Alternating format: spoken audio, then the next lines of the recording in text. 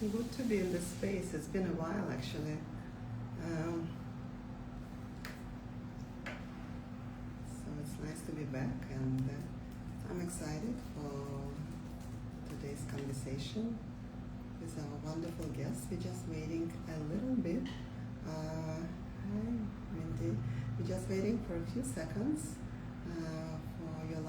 for our guest YoLanda to join us, and we will start. She just came from a train journey. She's allocating the time for our conversation. I will introduce myself in a few words. I also will say a few words about conversations with Olga, because I'm sure we'll have some people who are not familiar with this podcast. Well, it is a podcast in a way, even though it's live. It's totally unedited. But yes, I'm so happy to do it, and it's already episode number 56. So we'll just have a few seconds till the Olga will join us.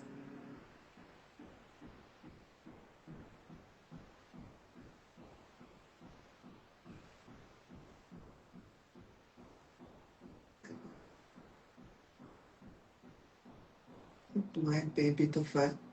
Oh, here you go.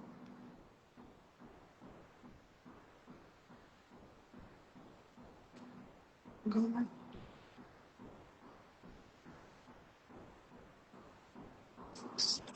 Oh, YoLanda. Hello. How are you? I'm really good. How are you? I'm good. I've heard a little bit about your train journey, but we will not go into it. That's all right. I I'm made so it. I'm now in the You north of made it. England. Well, I am so happy to see you. Happy, Likewise. with a happy face and good vibes as always. Thank you so much. Thank you for taking your time. So the way we're going to do it, it is not a typical interview. It's a conversation.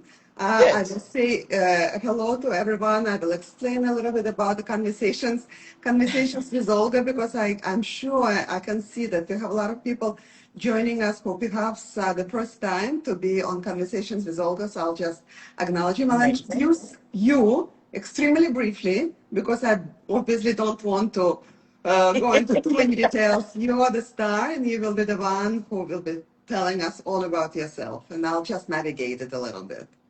How does it sound? Okay? Whoops, uh, we got stuck for whatever reason. Maybe I need to disconnect, so I'm so sorry, everyone, but the connection was lost. Just give us a second, because I don't see you. Let me disconnect maybe for a second, and I will try to connect one more time. YoLanda, I don't know whether you can hear me. Um,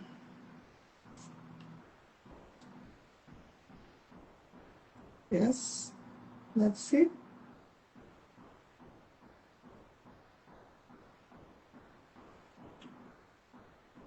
Mm,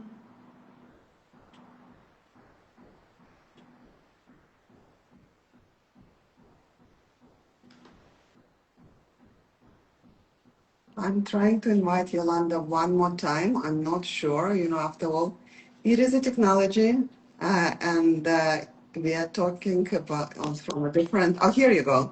Sorry, I lost you Are for you, a few minutes. I lost you too. I don't know what happened. I was talking to myself. Yeah. Okay, so am I, but that's the part of the technology, and I'm really not surprised. But in any case, we will start.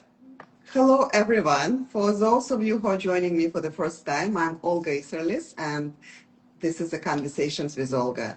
Today, I have a joy to be sitting with incredible incredible whose journey is as vibrant as her music that she creates.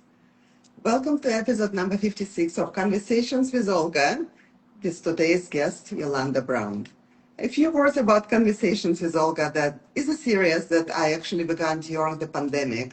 We all had much more time than we do now, and the world really slowed down, but the need for authentic, thorough connections felt stronger than ever, at least for me. And I'm lucky enough to have so many incredible friends and people who I know through my journey that who are willing to connect and to talk about it. So over time, it really has become a space to meet remarkable people and whose lives are not only extraordinary professionally, but deeply human in spirit.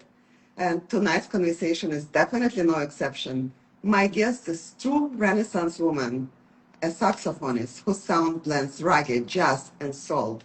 A broadcaster whose voice lights up the airways is a philanthropist, Chancellor of the University of Kent, Chair of the BPI, and recipient of an OBE for the Services for Music and Education.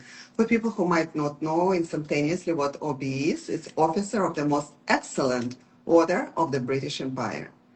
She has toured the world, collaborated with legends, written music for shows like Sesame Street and Cocomelon, and even launched her own record-breaking grassroots venue and restaurant, Soul Mama.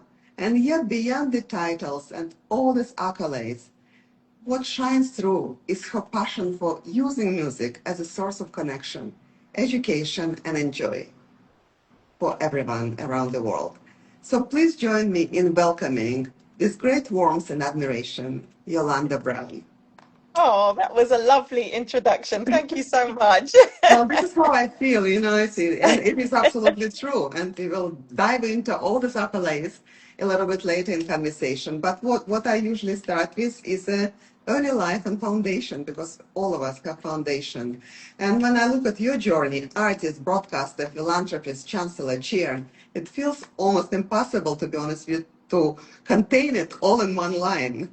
Seriously. So I've always believed that the way we introduce ourselves reveals a lot about how we see ourselves and what parts of our identity really align most with our deepest values. So I'm curious, Yes. Yolanda, how do you introduce yourself? Who is Yolanda at her core? That's a good question. I think I always introduce myself as Yolanda. I am me. I think, wherever I go, I always am myself, my authentic self. I don't tend to describe myself as the things that I do. Of course, if I'm at a certain event, it just depends what hat I'm wearing that day. So, if we're, at an There industry are event, I'm plenty. the chair of the BPI. If I'm at a music event, I'm the artist and broadcaster Yolanda Brown. If it's a Saturday and I'm at the sports with my children, I'm Jemima's mum or Adelphi's mum, you Yes, know, yes, or my husband T's wife. So I think all of those things, I just like to carry them all the yes. time. A hat rack, and I love to just be myself wherever I am. And you definitely are. That's why your authenticity shines through everything that you do. And but that brings me actually to a point that I want to talk to you about a little bit. It's a Yeah, discipline versus talent. You're obviously extremely talented, extraordinary talented, and I think there's a little bit in common that you and me have. We're both creative, but yet we're disciplined. There is a stereotype actually that too much structure kills creativity. Well, I don't really think so, because at least in my own world, you know, in events curation, people see the end result. They see only the sparkle, but not the months that went into with basically with the sweat and logistics and yes, late nights behind it. I imagine it's the same, I think, in music for you. You began with a first class degree, two master's degrees, and even a PhD pass before pivoting fully into music. To be honest with you, many really dream about creativity as a raw talent alone, but your journey shows definitely discipline, system, and rigor.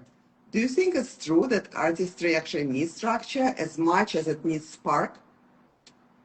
yeah, I think a healthy balance of both is really important. And I wouldn't say that I'm the most disciplined person since we're family now. I think it's something that I work hard at to have structure and to build a schedule. because of the many different things that I do, there no 2 days are the same. So it's very difficult to find that discipline and structure. I've just seen Olan is on with some hearts down there. He is a fantastic personal trainer, understands the body and fitness. And when I see his social media, for example, I'm thinking that is structure. That's somebody that, they're Yes. really, they've got the discipline and he's working on muscle groups. I would love to be that disciplined one day.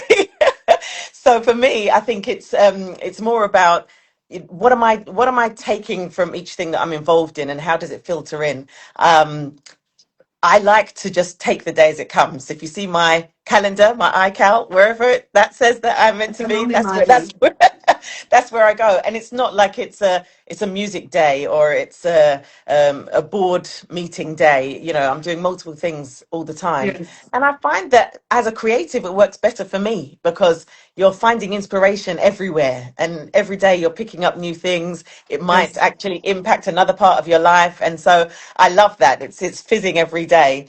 And, also just understanding that through the pathways of life, you'll go through a journey. So you were talking about my degrees there. At that time I didn't know what I wanted to do. I didn't know I was going to be a musician. I didn't know I'd be working in the music industry. I thought I was going to be a management consultant. That's what I was Oh, studying. there you so go. Yes. so but what I have learned is that even when you do pivot, even when you change your direction, nothing is wasted.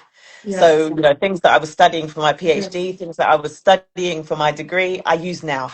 So Yes. nothing is wasted. Perfect. Everything is part of the journey.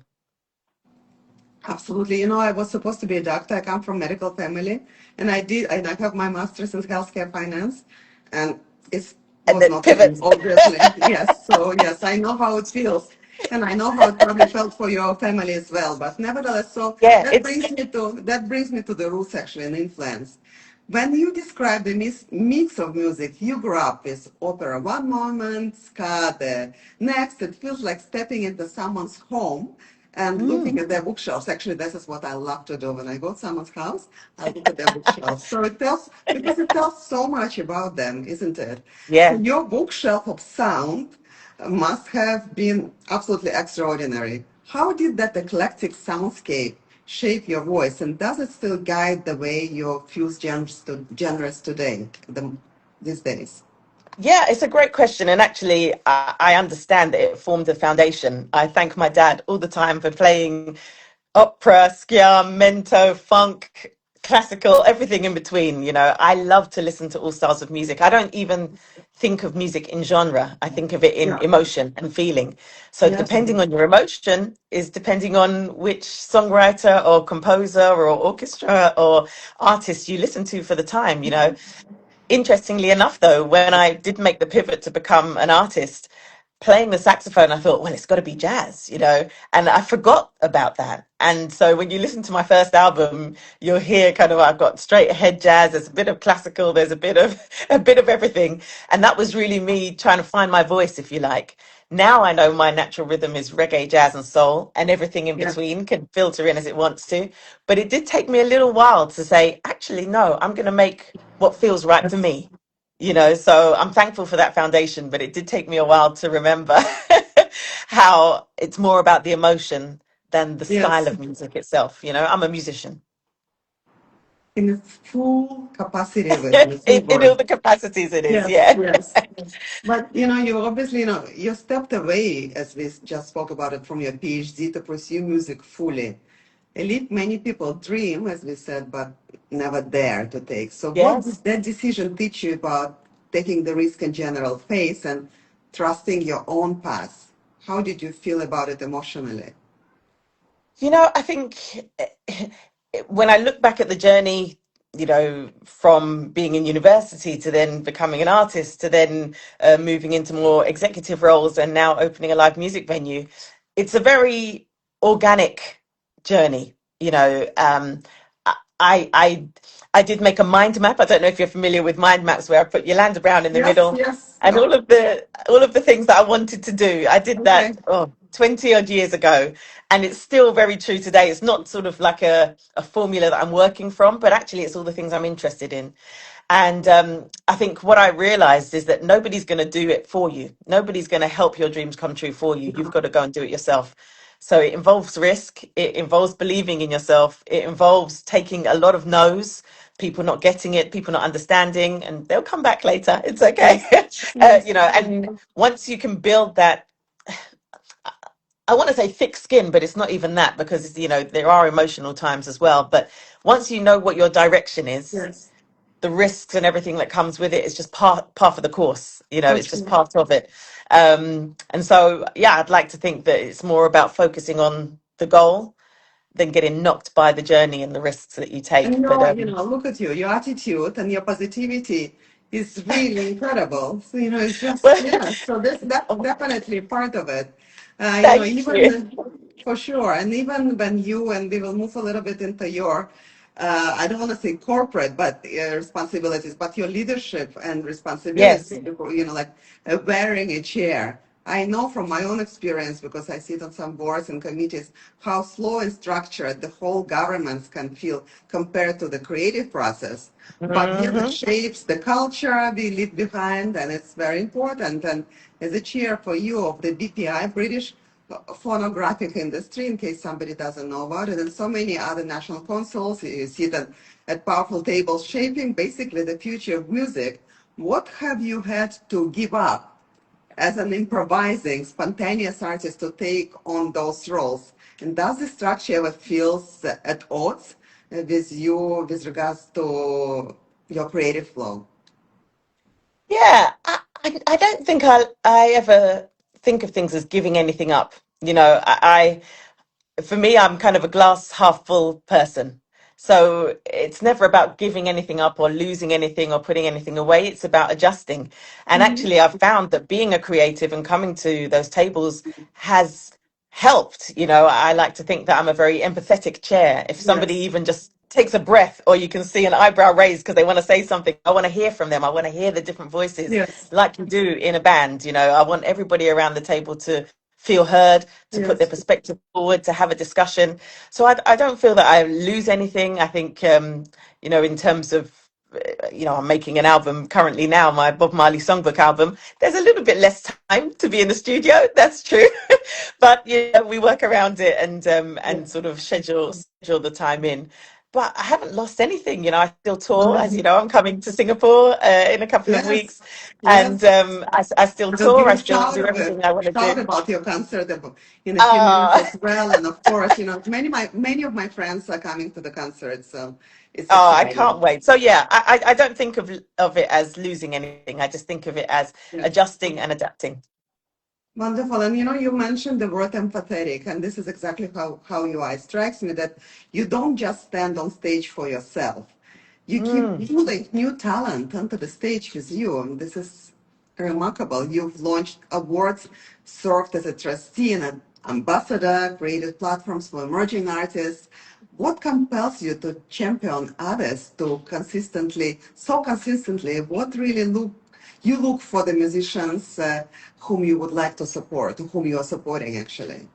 Yeah, I think we've spoke a bit about my journey, and I remember being an artist that didn't study the saxophone and wanting to create a career, and having to knock on so many doors. And I'd love to be a person that lifts up somebody. If you've got a dream to do something, in any way I can support you, let me do that. So I love to bring artists out on stage in Soul Mama, in our music venue, have emerging artists, set up awards, financial rewards as well, to say, you want to do this, but you need to pay for mixing and mastering, or you need to pay for publicity.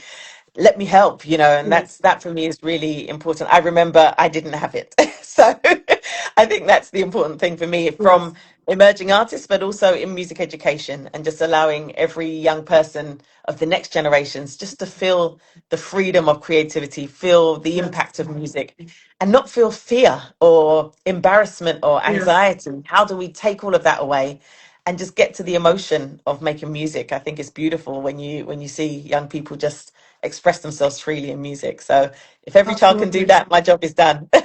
Absolutely, yes. And your voice carries weight, do you for Ah, sure. And thank you. but do you ever feel the burden of representing not just yourself, but the whole communities? And how do you navigate that responsibility? Because it is a huge responsibility without Yeah. losing your own artistic freedom. Yeah, I am. I'm aware, burden is a heavy word, but I'm aware of the responsibility. Okay. Um, I'm a children's TV presenter as well. And when you are a children's TV presenter, you want to be an inspiration for the next generation. So I am aware, but I don't think it's stopping me from doing anything. I'm being myself, so that's good.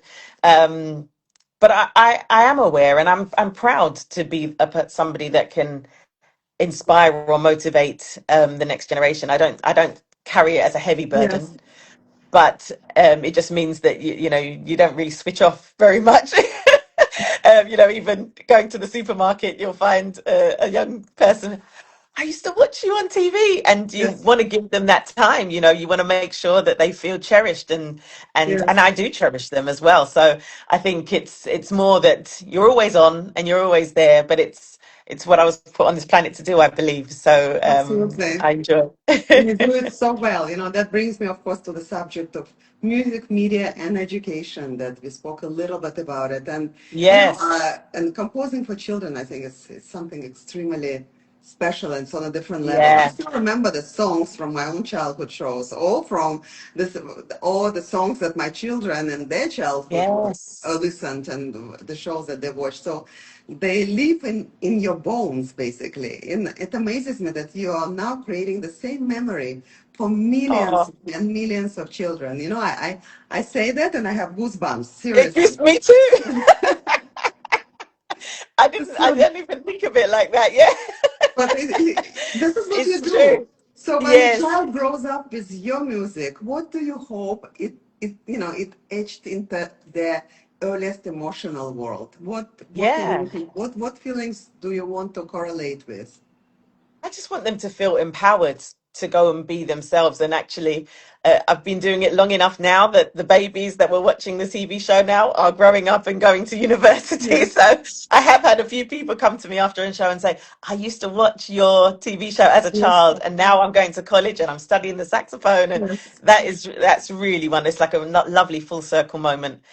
But also, it's full circle for me. I grew up watching, Sesame Street, for example, and now to Yes, be writing music for Elmo and recording videos with Elmo is just like, for me, it's fulfilling as well. So it's a win-win, I would say. But I just want that next generation to think, I watched this, I felt inspired, and I'm doing it. If that's the least we can do. So I enjoy that. absolutely. I grew up in a very cultured family. So for me, music education, music and art education was basically part of my life. It's non-negotiable. So Yes. the weekends were Yes. spent in the philharmonic concerts or in a ballet or museums and things like that. So as a mother, I've seen, as a Yep. person and as a mother, I've seen how music unlocks something in a child that nothing else can.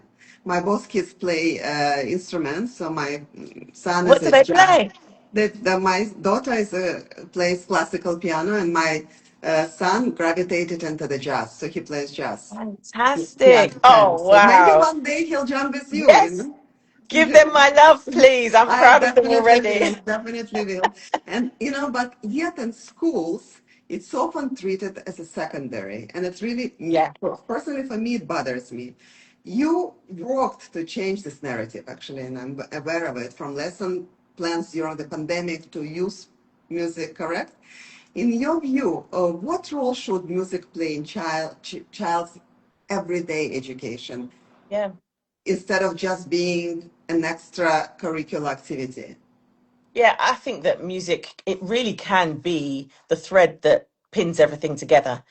Of course, we have our curriculum, English, maths, history, geography, but actually music exists in all of those things. Yes, And I would love to see a curriculum that involves music in all of those different stages, whether it be from the mathematical side of, counting bars or, breaking down beats into sort of semiquavers and further down through to, when you think of history or geography, all of those periods have music, and it's a way to bring it all to life. I love when you yes, you know you're experiencing geography, for example, and we're talking about different cultures. Music is the first thing you think of when you think of a culture. What do they listen to? How do they dance? How do they express themselves?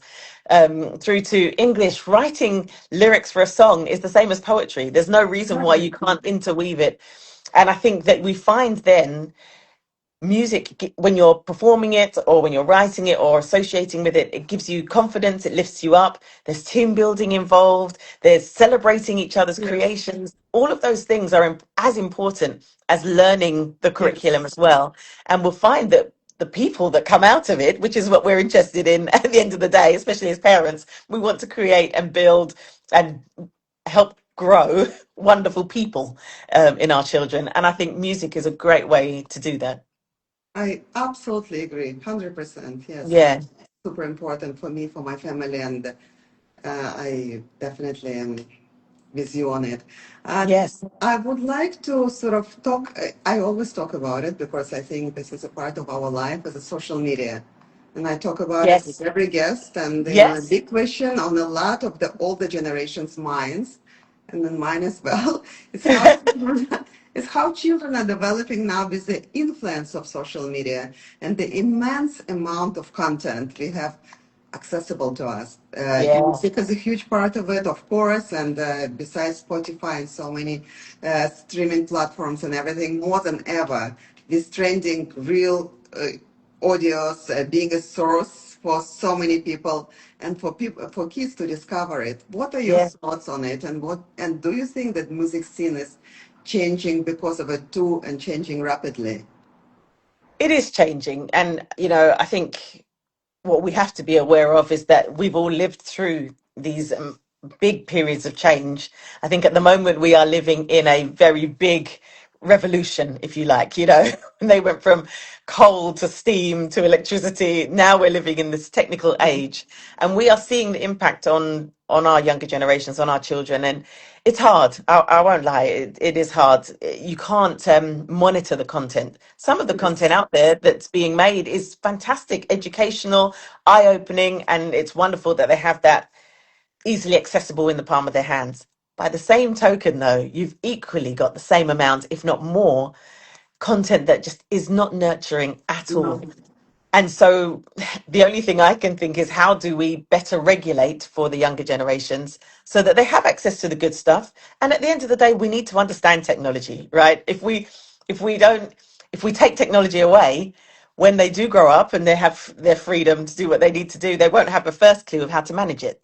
And we yes, see, even as I mean, even for me, I'll open Instagram and then 20 minutes later you think, how am I still here? You know, you could be scrolling for ages. So yes, even as adults, we're figuring out how to use it and how it fits in our lives. But I think we do need to just make sure that and I'm striking the balance now, helping our younger generation to understand the real world and the social media world. I've got an 11-year-old and a 5-year-old. My 5-year-old knows how to so navigate YouTube 6 years Kids. difference, yeah. Oh yeah, My kid is exactly. 6 years, the same as As me. well. We have too many things in common. We're, this is it. It's good. We're friends. This is lovely. Yes, But even with the exactly. 11-year-old, she's having access to so many other things. Yeah, I remember buying an album, and all that I would know about this artist is what is in the album sleeve. You remember the album sleeve? yes, And looking at the artwork and the pictures and the photos. Now she can Google anything. She'll find their favorite food or their dog's yes, name or whatever. yes. Everything is so much more accessible now. So we want to protect them, but also it is the way that the world's going. So they're going to have to know how to navigate it as well. Exactly, and that's exactly what actually you talk quite often about as music being a connector. Yeah. Beyond joy, do you see it also as a healer for children, especially for Yes. communities and even for yourself? I'm sure it is, because it is for, I Yeah. think, every human being, and I am the same. Yeah, absolutely. You see it so much. My 11-year-old loves K-pop. And I saw her sort of get into this style of music and enjoy it for her. Her friends went into K-pop though. So Hmm. I thought that was quite interesting that she found this music that just spoke to her. It spoke to her emotions. She loves, everything around it. But actually, it was for her. It wasn't because her friends were into it that she was into it. So I thought that was quite nice. She found her tribe, if you like. But equally, I'll look at what she's listening to, and she's got funk, she's got James Brown, Tina Turner, she's got classical, everything in between. So that Yeah. access to being able to listen to everything and anything to suit your emotions, I think, is great. Yes. Um, and I think that, being able to give them that access actually should help our music education plight. And I'm now saying to teachers, make sure that as you're teaching this music and the music curriculum, bring in what do they like? Why do they like it? How does it make you feel? If we can tap into music like that, we will find that healing strength that it has, the empathy, the understanding of somebody else's likes or wants. And, when you think about music and dementia, for example, and how it can bring back memories, it's just so powerful that we need to tap into it more and make sure that Absolutely. we're asking the listeners, what do you like and why do you like it and how do you engage with it? Yes, thank you for that. Yeah, I think it's an extraordinary power of the it sound, has. for sure. Yeah.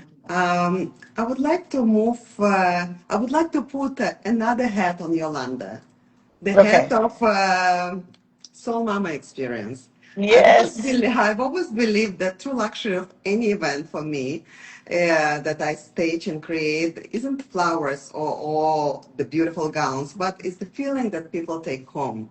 So when you dreamed of Soul Mama and when you went on to break incredible crowdfunding record and even earn a, I'm reading it because I see it, even earn a Guinness World Record.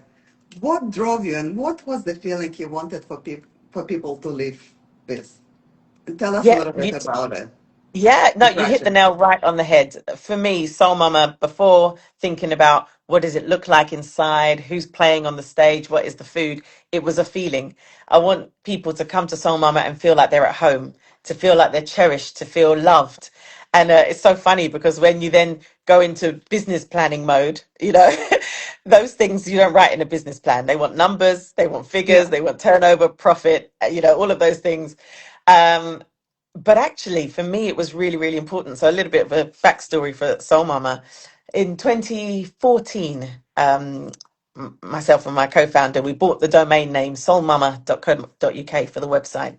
yeah, And we built this deck, and again, as I say, we had already brainstormed what does it feel like, how do we want people to experience it, all different types of genres on the stage. It's not about, it looks like a jazz club, but it's all types of music, from opera to comedy, hmm, poetry, everything in between. And the food is soul food, so it's African, Caribbean, Southern American flavors, just beautiful. just really Yes, beautiful food. soul foods. It's soul, right? So the whole essence of Yes, Soul Mama is the soul. So we knew that from 2014. So then we did what every business does. You build a deck and a PDF document with all your numbers, your budgets and everything and pictures. But really stemming through all of that was that love is important. Listen, we took it to the bank. The bank said no. Every bank said no. We took it to angel investors. They said no. They said, open your first five and come back to us. So we couldn't get the funding to open this place that I can feel it. It's not just seeing it, I can feel it. So we did. We went and did a crowd fund about 3 years ago now. And even fantastic. the crowdfunding platform said, restaurants don't really raise money on here. But again, as we spoke about earlier, I can see what it is, I can feel Yes, what it is. So every risk and everything is worth it. We've just got to do it. So yeah, we managed to break the Guinness World Record for the most amount raised on the crowdfunding platform Kickstarter. So that was absolutely wonderful. it's kudos to you. It's Um, incredible it because is. you obviously approached this particular project with very much of a business mindset. True, but So, equally, even with a business mindset, it still wasn't enough. So yes, we had to actually go to the emotion. So yes, with the crowd fund, we went to the music listeners, the music lovers, right? So we yes, said, if you're going to come to Soul Mama in 2 years' time, can you buy yes, your meal now? Can you buy your ticket now? yes, Can you buy membership to Soul Mama? Can you buy a t-shirt? Can you buy a ticket to my first concert? I can't tell you when it's going yes, to be, but buy a ticket. And they yes. did, and that's how we raised the money. So it's almost Incredible. like a voucher. And I think what was important for me then is that when you come to Soul Mama, you know that that place was built by love. Yes, It was built by yes, people believing in the dream. And it took 10 years though. So as much as we talk about taking risks and, go for your dreams, it can take a long time. Think about in yes. 10 years how many no's But it's a and journey. how It's a many, journey, how it's a journey that journey. you enjoy Ex- the process. So I think it's it's super a important. process. Just to share with you in one word, my son is doing the film financing, independent film financing, as Yes. through the platform, through the tokenization. Yes. So I thought, it's a buzzword. It used to be a I buzzword feel for for me, him. but yes, but he's doing actually very well. But yes, it's a journey.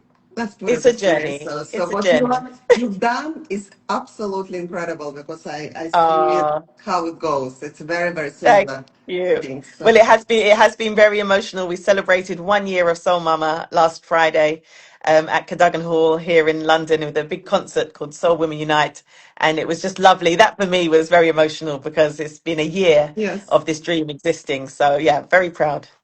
Fantastic, and congratulations, huge congratulations again. And we have so Thank many you. messages from I listeners know. about Thank you for coming anniversary out, as well. Casta. We had a So that's great great. time. We So, did. yes, thank you for all the comments, everyone, and thank you for joining us today. I want to move a little bit on the playful parts and a Sure. bit of reflections. I smiled when I learned about your Rubik Cube skills. Seriously, Yes, and love of racing cars, c- clarity, speed, precision, all of this, and yet your life is rarely that neat as a Rubik cube. it's true. What is the Yeah. biggest? So I need to ask you a question. What is the biggest unsolvable question you're living with right now? Oh, very good question. Biggest unsolvable. Well, You don't have to share if the you don't want to share. By the Well, way, no, it's So, interesting. I think what the Rubik's Cube taught me, and it was only when I was pregnant with my first daughter that I managed to have the time to learn the algorithms and understand the cube. Growing up until then, so I don't know, in my 30s, I thought that it was unsolvable. I think what the Rubik's Cube taught me is that everything is solvable. There is going to be a solution, right? And so that's why I'm thinking, I don't think I have anything that in my mind is unsolvable. It just means we haven't got there yet. Maybe okay. it's my glass half full approach to things, but there's always things to be working through. As a woman of a certain age, as I'm getting up there now, how do I stay healthy? How do I make sure I look after myself? So many times people say to me, Yolanda, you work so hard. How do you do it all? And how do you look after yourself? I'm realizing now, yes, how do I look after myself? I think that is one of my biggest questions that I ask every day now. Taking Yes. time for myself, go to the gym, eat well. I took some water there. I don't usually drink enough water. Yes. Yes. so, Exactly. Well done. so thank you.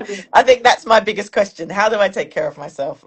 Well, that will be maybe one day we will have a conversation about that, you and me. Please, any tips, Yes, please tell me. yes, and going back to conversations with Olga, and as I told you, you're my 56th guest, and I've developed a bit of a sort of a pass from each guest to give a question to my subsequent guests. So uh, Ah, to pass along as a gift from my previous guest. My previous guest, by the way, I'm sure you will know his name, was Maestro A.R. Rahman. yes, of course. Yes, Yes, so he was yes. the guest before you, the conversations with Olga. So he left a question for you. It For was like, me, and at okay. that time I didn't even know that you will be my next guest, believe it or not. So one that I think only someone with your range of experience can answer. So the question that A.R. Rahman posed to you, Yolanda, have Yes, you found yourself? this is a good question. And I can thankfully say yes now. Again, I do think the pivotal moment was becoming a mum. I think, you're always searching and looking when the blessing of having a child was bestowed on me, and then I had to keep this little baby alive. and at that time, I think I really realized then it's on me. I have to know myself. I have to be confident in my decision because I have the best interests of this little person at heart. So, probably oversharing, but, even breastfeeding, I know I can do it. I'm going to push through. The doctor's telling me no, but I know I can do it. And I did. And I was very, very proud of that. And honestly, that was a turning point for me to have found myself as Yolanda Brown, the person, but even it was the point where I thought, no, this is the kind of music I'm going to make. I'm just going to go on stage and be me. That's all I can do, And I think that was a very big turning point for me. So yes, I'm glad that I can It's so answer that question. beautiful. And I'm sure I will tell AR for sure. Yolanda. Please, I will message him. Yes, yes, absolutely. please And I will do. encourage him to watch our interview in any case. And now, Yes. for sure. And now, a few of the light-hearted questions, perhaps. The 24-hour reset. Here's a fun one. I Okay. often think about myself as well. If there's what nothing really left to do for me in this world, how would I Mhm. spend my day? Oh my So God, yeah. let me ask you the same. If tomorrow the world of music, broadcasting, and education was perfected by you, and there was no more work for you to do, what would Mm. you fill your 24 hours with? Oh, I'm traveling. I'm going to see everything in the Oh, world. I want to see yeah, every amazing thing. I want to see a giant whale. I want to see a polar bear. I want to see the ice caps. I want to I want to just see things and experience them and just see what that feels like in my body. I just, I've seen so many wonderful things in my life, obviously touring around the world, but there's still so much of the world to see. So I will yes. travel until I can travel no more. I can imagine that your bucket list is very, very big. Yes, Absolutely. yes, wonderful. And another kind of light question. Yes. What is the song or tune that you secretly love and one would never expect to find in Yolanda's Brown playlist? Mm. Well, I hope that people would expect to find anything in my playlist. I hope. Um, what they wouldn't expect. I don't know because I've told you everything I listen to. Yeah. Um, So there are no uh, secrets. Okay. yeah, I'm not. there's no secrets. Okay. I do love Hotel California. That's my favorite Okay. song. I Yeah, would I never don't know if suspect that's that. I would surprising or never not. I'm suspect not that. sure. Yes. I would not. I would never think that Yolanda would like Hotel California. But okay, I like That's it too. good. There you Yes. go. I got to sing that Yeah. guitar riff at the end. I can do that over and over again. Um, Beyond music, broadcasting, and cars, Mm. what's one small everyday ritual that brings you quiet happiness? Hmm. Everyday ritual. Um, Family. It's got to be family. As long as I can Good. see my family, give some hugs, I'm good. Okay. So hugs is a ritual. Hugs, Okay. absolutely. Yes. I'm a hug. I'm If with anyone that. meets me, they'll know I'm a Yes. hugger. I Oh, I love a love good it hug. too. I hug as well. I'm a very big hugger and I love to kiss and hug and express the emotions. And And yes, we've for got to me, make it's, up for lost time. Remember when yes. they said you couldn't hug, I was just like, what? Yes. Well, Yolanda, your life and your music shows us what it means to live with passion, that's for sure. Oh, Passion, thank you. generosity, joy. And so for now, as I told you a little bit about the tradition, I'll ask you to leave a question for Mm. our next guest, and perhaps even one that continues this chain of curiosity and reflection. And I do know who my next guest is going to be. I will not reveal it. Ah. So what would you like to ask this guest? So my question is, what makes you feel loved? What makes you feel loved? I love the question. Yes. I love the question. Love it. So before I say goodbye and to thank you again, Ah. I would like to remind everyone, and I will post everything again on my social media, that the event is Yolanda Brown Jazz Masters. We are so excited and so happy and Oh. privileged that you're coming to Singapore. And I'll share the link later on my stories and all the information on tickets.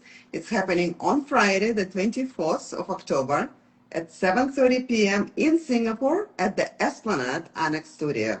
So if you guys are planning a trip on Singapore around that time, don't miss it and go Come and see down. Yolanda live. And then you will understand even better how everything we talk about during this episode, your passion, your discipline, your spirit that translate music into every part of life and on the stage, Yes. make even more sense, and you're looking Oh, forward to it even more. So please go and buy the tickets. There are some still left, I believe, and we are all yes. looking forward. And Thank you. Yolanda, Well, the thank you. band and I, we're very excited. We can't wait to come out there. Yes, we can't wait to see you. And Oh, thank you. thank you so much once again. And I'm sorry that you had to rush from your train No, no, to Olga, make this time. it's an absolute joy to talk to you, and I love the questioning. And no, it's been a fantastic conversation. So I I can't am wait to so give you a glad. hug in person very Yes, soon. yes, absolutely, absolutely. And thank you very much again. And smile and be positive, and you're Always. a complete inspiration. Thank you so much for Thank talking you. with me. Take care. Thank you so Take much. care. Big hug. Bye. Bye. Bye. Bye, Mindy.